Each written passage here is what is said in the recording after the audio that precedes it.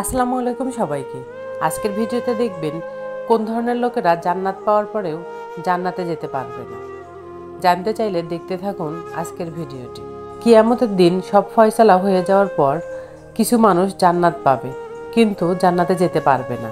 দেখবে তাকে ঘিরে কতগুলো লোক দাঁড়িয়ে আছে, তাকে জান্নাতে যেতে দিচ্ছে না। তখন সেই লোকটি তাদেরকে জিজ্ঞেস করবে কেন এরকম হচ্ছে।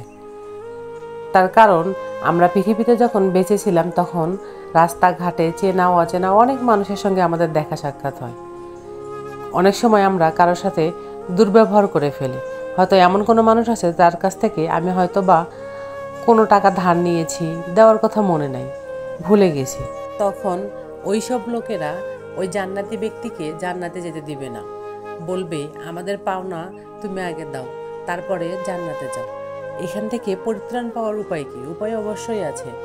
আমরা দুনিয়াতে বেঁচে থাকতেই আমাদের যদি কারো সঙ্গে আমরা দুর্ব্যবহার করে থাকি, কারো থেকে টাকা ধার নিয়ে থাকি, হয়তো দেওয়ার কথা ভুলে গেছি, বা সেই লোকটি এখন আর পৃথিবীতে বেঁচে নেই, বা তার সঙ্গে কখনো আমাদের যোগাযোগ করাও সম্ভব না, তখন আমরা কি করব? তাহলে সেক্ষেত্রে আমরা সেই মানুষদের নাম মনে করে আমরা মসজিদ মাদ্রাসায় আল্লাহর রাস্তায় দান করে দেব। আর কিয়ামতের দিন যখন ওই লোকগুলো আমাদেরকে ধরবে, তখন আমরা তাদেরকে বলবো আমরা যখন দুনিয়াতে বেঁচে ছিলাম তখন তোমাদের নাম করে মসজিদ মাদ্রাসায় দান করে দিয়েছি। তখন ওই লোকেরা আর কিছু বলতে পারবে না। আল্লাহ তাআলাও আমাদেরকে ক্ষমা করে দিয়ে জান্নাত দিয়ে দেবেন। সুবহানাল্লাহ। দেখা হবে নেক্সট কোনো ভিডিওতে। ততক্ষণ পর্যন্ত সবাই ভালো থাকবেন, সুস্থ থাকবেন। আল্লাহ হাফেজ সবাইকে।